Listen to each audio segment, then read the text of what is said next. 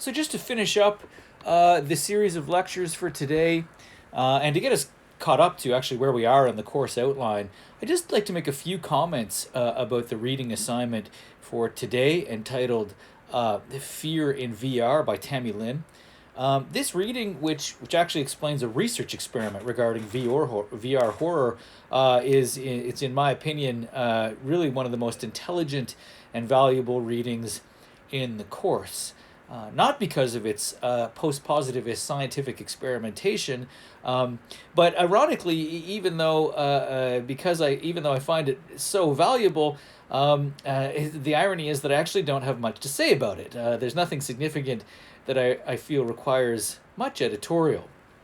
In sum, Lin states, quote, "The purpose of this study is to explore what causes audience fright in the VR horror context, how audiences with different individual traits cope with these mediated threats, and any potential lingering effects the day after the VR experience." Participants in the experiment that she outlines played a demo of the game the Brookhaven experiment, released in 2016, in a lab that actually simulated a home living room and kitchen. Now, this game is particularly suitable for this experiment, according to Lin. This is just taken from her reading now, from her article.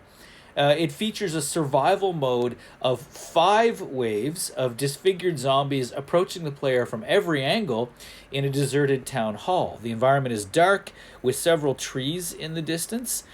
Players have one gun with limited bullets and one flashlight with a limited battery.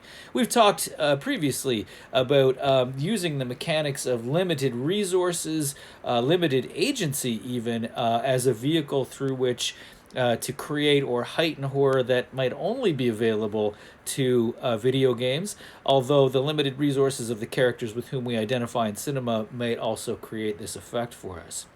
When the game begins, Lin explains, players can hear footsteps approaching, but it's difficult to kill zombies when they are far away. The easiest way, she says, to kill zombies is to fire at their heads up close. And what's important about this is that, according to Lin, players are able to see the visual depictions of the zombies regardless of their shooting ability. That is to say, the game in some ways requires you to get up close enough that you have to see the horror aesthetics of the rotting corpses. Now, to inform the experiment, Lin introduces the exceptionally useful theoretical categories of place illusion, PI, and plausibility illusion, PSI. Place illusion, which Lin tellingly also refers to as presence, actually reformulates Pinchbeck's understanding of the ideas of flow and presence. So essentially, in this context, according to Pinchbeck, flow represents an optimum psychological state of play, where activity is seamless, highly engaging, and highly rewarding.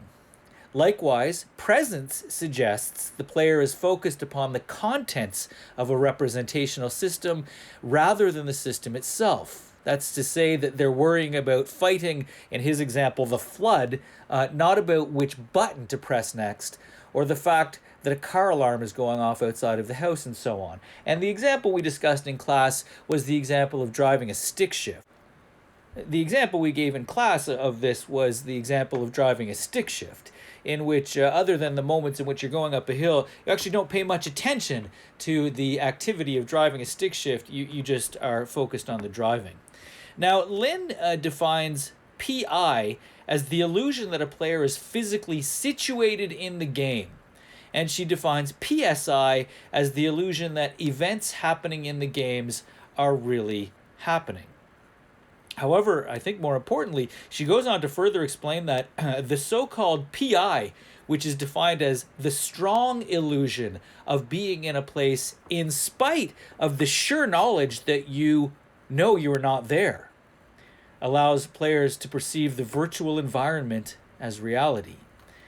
And in addition to the PI, where the VR environment is perceived as being real, the PSI focuses on the depicted events as being real. That is to say, the PSI can be described as, again, quote, the illusion that what is happening is real, even though you know that it is not real.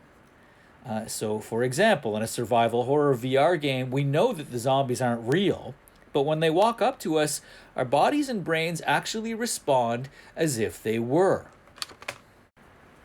Now, in concert with her strong empirical evidence, these ideas may render the active ludology passive reception argument regarding the creation or experience of art horror redundant. Lynn verifies a categorical list of the very types of compelling fear that the VR horror experience created, so she's got evidence that the VR experience created fear. And if the VR horror is as powerful as she describes in her article, then, quote, the illusion that what is happening is real even though the player knows that it is not real, close quote, also has broader implications for the long-lived narrative reception theory known as, open quote, the suspension of disbelief. You may have heard that in any one of a number of theatrical or cinematic theory courses you've taken. And now that theory doesn't necessarily claim that the suspension of disbelief is literal, and it might actually be better understood as the idea of transportation that we've previously discussed. But either way, the literal suspension of disbelief becomes, under the conditions of VR, according to her experiment, irrelevant. And the phenomenon of transportation, in fact, is involuntary under the conditions of VR. The knowledge that it's not real actually doesn't play a role in the experience of horror. The only thing relevant to the creation of horror is, according to the results of this experiment, is complete visual immersion, three-dimensional visual immersion. Now, one last term that the article affords, loosely related to what I've just said, is the so-called Tetris effect. Which the article defines as seeing the game environment when closing one's eyes after one is outside of the game environment. Now, this is obviously related to the very effects of light imprint on the corona of the eye. When you look, for example, at the sun for a moment, then you close your eye and you see those spots of light. But it also is referring to a memory effect. And I guess Tetris is the example it's chosen because of the simple geometric and colorful nature of its shapes. Now, to bring the conversation back to the realm of cultural studies, and in relation to our discussion of Clover's article, the implications of these assertions indicate that the conditions of VR should heighten, actually, the progressive ability to unconsciously slide between gender identities through the embodiment of the masculinized final girl or the feminized slasher killer. That is to say, if VR gives us the opportunity to play the role of the final girl, or if we had, for example, a VR game of Dead by Daylight that allowed us to embody the killer, these gender slides for either gender should be heightened if the phenomenon of the suspension of disbelief is rendered irrelevant. And my intention was to have a discussion with the class. Wouldn't it have been wonderful? And so anybody that wants to participate in emailing me, if I get enough of them, I may create a string. The questions that I had intended to pose to the class and was hoping to hear answers back on are highlighted here in yellow at the bottom of this final slide. And my question was, what do you think? Does VR, do you think, heighten the progressive ability to unconsciously slide between gender identities? And more broadly, does VR render the passive-active debate redundant?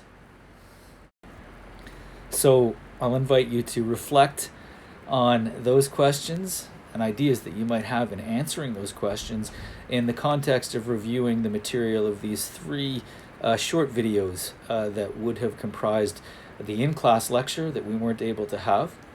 And I'll leave it at that. and remind everyone that next week I will, of course, upload more videos in lieu of face-to-face lecture. I will upload, as soon as it's feasible to do so, the PowerPoint presentations and video contributions from the groups that were to present this week and in upcoming weeks. And otherwise, I will invite everyone to stay safe and to enjoy, not just because we might identify as horror video game nerds, the need right now to socially isolate, and make sure that you and yours are well taken care of. And otherwise, I will present more of these videos, as I said, in the following week. And hopefully, in the not too far future, I'll look forward to seeing you again.